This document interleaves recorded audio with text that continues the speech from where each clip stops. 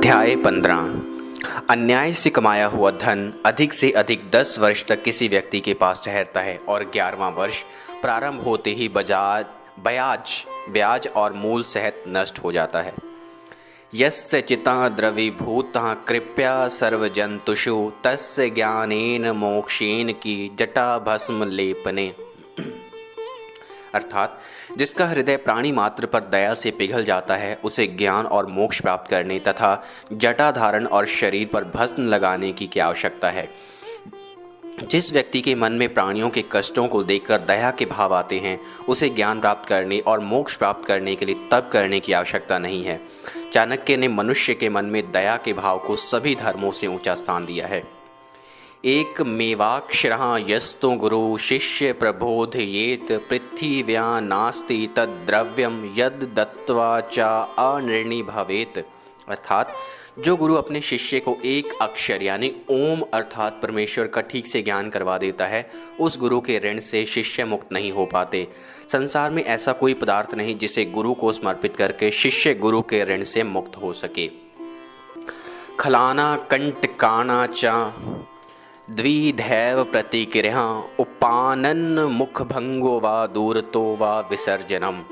यानी दुर्जन और कांटे इन दो चीज़ों से बचने के दो ही उपाय हैं। या तो जूतों से इनका मुंह कुचल दिया जाए, उसके अस्तित्व को ही समाप्त कर दिया जाए, अथवा उनको दूर से ही त्याग दिया जाए। चाणक्य कांटे और दुष्ट व्यक्ति को एक ही श्रेणी में देखते हैं। इनसे व्यवहार करने के भी वे दो मार्ग बताते हैं। यदि शक्ति है तो उसे कुचल दें, अन्यथा उससे बचकर निकल जाएं।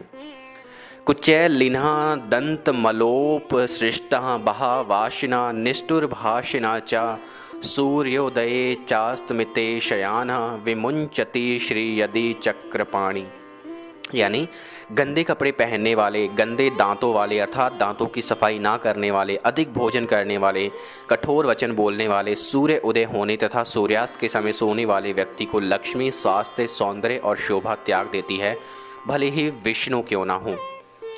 तयजन्ति मित्राणि धने विहीना दाराशच भूत्याशच सुहज्जनाशच ताचार्थवन्तः पुनराशयन्ते अर्थो ही लोके पुरुषस्य बंधु। अर्थात जब मनुष्य के पास धन नहीं रहता तो उसके मित्र, स्त्री, नौकर चाकर और भाई बंधु सब उसे छोड़कर चले जाते हैं। यदि उसके पास फिर से धन संपत्ति आ जाए तो वे फिर उसका आश्रय ले लेते हैं। संसार में धन ही मनुष्य का बंधु है। आचार्य ने धन के व्यवहारिक पक्ष को बताते हुए कहा है कि इसी के इर्द गिर्द सारे संबंधों का ताना बाना हुआ करता है। इसमें कोई आश्चर्य नहीं। अन्यायोपार्जितः द्रव्य 10 वर्षाणि तिष्ठति प्राप्ते चौकादशे वर्षे समूलः तद विनश्यति। यानी अन्याय से कमाया हुआ धन अधिक से अधिक 10 वर्ष तक आदमी के पास ठहरता है और 11वां वर्ष प्रारंभ होते ही ब्याज और मूल सहित नष्ट हो जाता है। अयुक्ता स्वामिनो युक्ता युक्त निचस्य दूषणम अमूर्त अमृता राहवे मृत्यु विषा शंकर भूषणम। यानी समर्थ और शक्तिवान पुरुष यदि कोई अनुचित कार्य भी करता है तो उसे उचित समझा जाता है, जबकि नीच पुरुष द्वारा किया हुआ उचित कार्य भी अनुचित कहलाता है। उदाहरण के लिए राहु नामक दैत्य के लिए अमृत भी मृत्यु का कारण बन गया और शिव के लिए विष भी उनके कंठ का आभूषण बन गया। विषपान के कारण उनकी मृत्यु नहीं हुई बल्कि उन्हें नीलकंठ कहा जाने लगा। तद भोजना यद द्विज भुक्त शेषा तत् सौहृदा यति क्रयते परिसीमन सा प्राज्ञता या न करोति पाप दंभ विना या क्रियते सा धर्म। यानी वास्तविक भोजन वह है जो ब्राह्मण आदि को खिला देने के बाद बचता है। अर्थात गृहस्थ को चाहिए कि वह स्वयं भोजन करने से पहले ब्राह्मण को भोजन कराए। इसी प्रकार प्रेम और स्नेह उसे ही कहा जा सकता है जो परायों से किया जाता है। अपने बंधु बांधवों से तो सभी प्रेम करते हैं। बुद्धिमता यह है कि मनुष्य पाप करने से बचा रहे। धर्म वह है जिसमें छल कपट ना हो। अपनों से किया जाने वाला प्रेम पूर्णतः व्यवहारिक होता है, इसलिए वह ढोया जाता है, जबकि पराये जिससे अपने बन जाएं और बने भी रहें वही सही अर्थों में प्रेम है। मणि लुंठनति पादाग्रे काच शिरसि धार्यते क्रय विक्रय वेलाया काच काचो मणिर्मणि। यानी किसी विशेष स्थिति में रत्न चाहे पैरों में लुढ़कता रहे और कांच को सिर पर धारण किया जाए, परंतु जब बेचने वाला अथवा लेने का समय आता है तो कांच को कांच और रत्न को रत्न ही कहा जाता है। इसका भाव यह है कि किसी अयोग्य वस्तु अथवा व्यक्ति को उचित स्थान पर रखने अथवा नियुक्त करने से उसके मूल्य में किसी प्रकार का परिवर्तन नहीं होता, परंतु जब मूल्यांकन का समय आता है तो उसकी वास्तविक स्थिति का पता लग ही जाता है। अनंत शास्त्रा बहुला शच विधा अल्प शच कालो बहु विघ्नता च यत् सारभूता तदुपासनीया हंसो तथा शीर मेवाम्बु ध्यात। यानी वेद आदि शास्त्र अत्यंत विशाल हैं, विज्ञान के समुद्र हैं, विधाएं भी बहुत सी हैं, परंतु मनुष्य की आयु सीमित है और उसके मार्ग में कठिनाइयां भी बहुत सी आती हैं। इसलिए उसके लिए उचित है कि वह शास्त्रों से सारभूत बातों को उसी प्रकार ग्रहण कर ले जिस प्रकार हंस पानी मिले दूध से दूध ग्रहण कर लेता है। दुरागता पथि श्रांता वृथा च गृहिमागतम अनर्चयित्वा यो भुंक्ते सावे चंडाल उच्यते। यानी दूर से चलकर आने वाला यात्री थका हुआ होता है, बिना किसी स्वार्थ के घर में आए हुए अतिथि की पूजा किए बिना जो घर का स्वामी स्वयं भोजन कर लेता है उसे निश्चय ही चंडाल कहा जाता है। वेद आज्ञा देते हैं कि अतिथि देवता है, अतिथि देवो भव। गृहस्थ को चाहिए कि दूर से चलकर आने वाले अतिथि का वह आदर सत्कार करे। अतिथि की उपेक्षा करना पाप कर्म है। शास्त्रों में अतिथि की सेवा का विधान है। अतिथि सेवा द्वारा अनजाने व्यक्तियों को भी सज्जन सम्मान और श्रद्धा का पात्र बना देते हैं। पठनति चतुरो वेदान धर्म शास्त्रान नेकश आत्मान नैव जानन्ति दर्वी पाक रसा यथा। जो लोग वेद आदि शास्त्रों का अध्ययन करने के बाद भी आत्मा परमात्मा के संबंध में कुछ नहीं जानते, वे आत्मज्ञान से रहित उस कलछी की तरह हैं जो स्वादिष्ट साग सब्जी में तो घूमती है परंतु उसे स्वाद का बिल्कुल भी ज्ञान नहीं होता। शास्त्रों के अध्ययन की सार्थकता इसी बात में है कि जो कुछ पढ़ा जाए उसका सार ग्रहण करके मनुष्य उसे अपने जीवन में उतारे। यदि मनुष्य ऐसा नहीं करता तो उसका जीवन व्यर्थ है। शास्त्र उन उपायों को भी बताते हैं जिनसे आदर्श को जीवन में उतारने का कार्य आसान हो जाता है। धन्य द्विजमयी नौका विपरीता भवा निर्वे तरंते धोगता सर्वे उपस्थिता पतंते यथा। यानी इस संसार सागर में ब्राह्मण रूपी नौका धन्य है जो उल्टी गति से चलती है। यह उल्टी गति क्या है? जो इस नाव के नीचे रहते हैं वे सब तो भवसागर से पार उतर जाते हैं और जो नाव के ऊपर चढ़ते हैं उनका पतन हो जाता है। तात्पर्य यह है कि जो व्यक्ति अथवा गृहस्थ लोग ब्राह्मणों के साथ नम्र रहकर उनकी सेवा करते रहते हैं उनका तो उद्धार हो जाता है, और जो अभिमान में चूर रहकर उनका अपमान करते हैं उनकी सदैव अधोगति ही है। अयम मृत निधाना नायको अपयौषधिना अमृत में शरीरा कांति युक्तो अपि चंद्रा भवती विगतर ऋषिम मंडल प्राप्य भानो पर सदन निविष्ट को लघुतव न याति।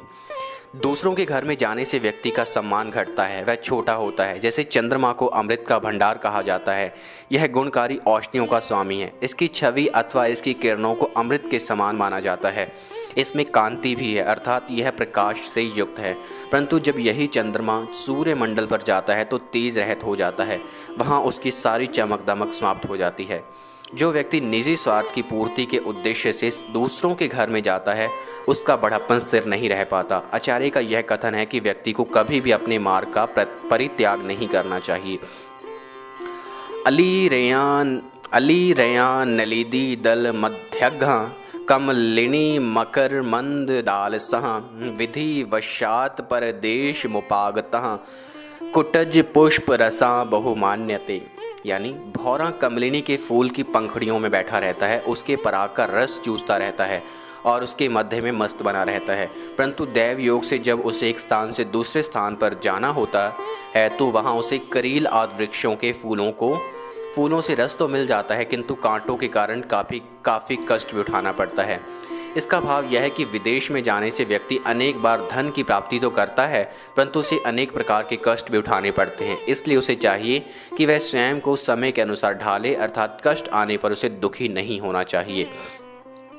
पीता क्रुद्धरेन तात शरण पलहतो वल्लभो येन रोषाद अबाल्या द्विप्रवर्ये सवदन विवरे धार्यते वैराणी में गेहा में छेद्यन्ति प्रति दिवस समसुमाका पूजान मितः तस्मात् खिना सदाह द्विज कुल नीलह नाथ युक्ता तैजामी।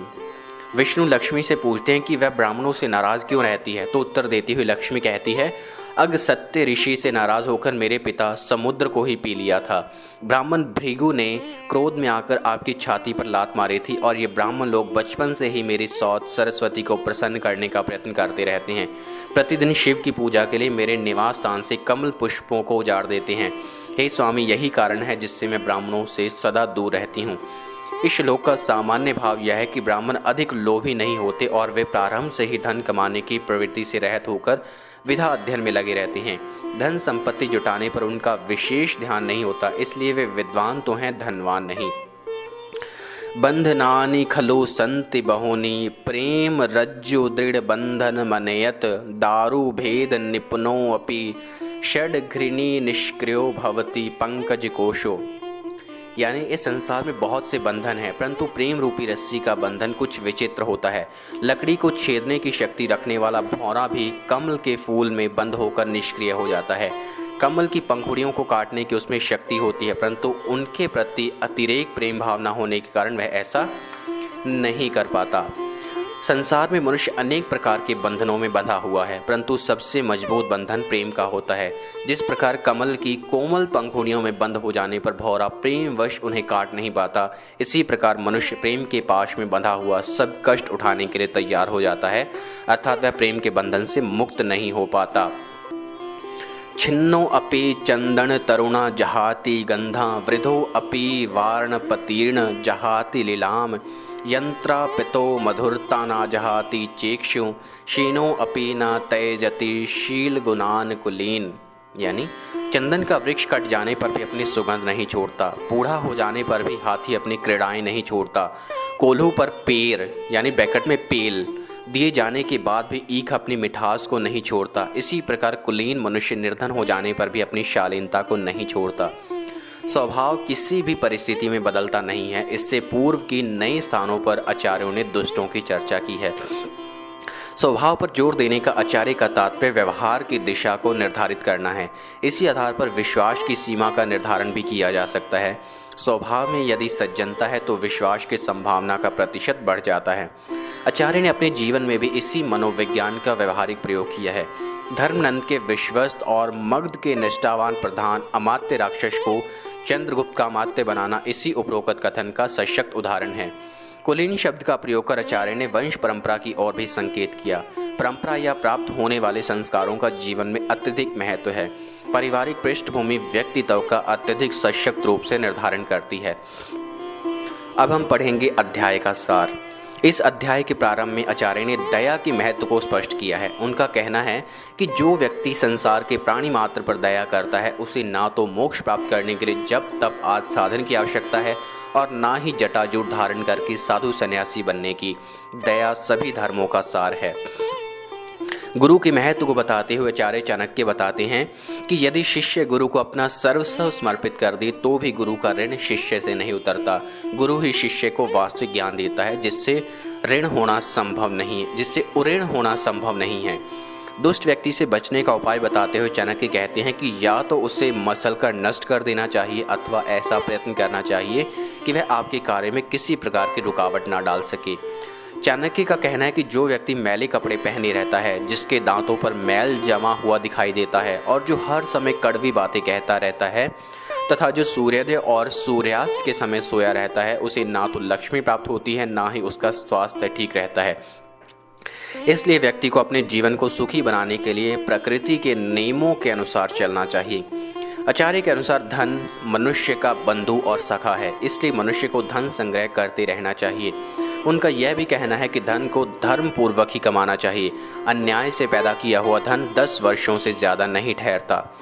अनेक विद्वानों का कहना है कि समर्थ व्यक्ति जो कुछ करता है लोग उसके लिए उसे दोषी नहीं ठहराते।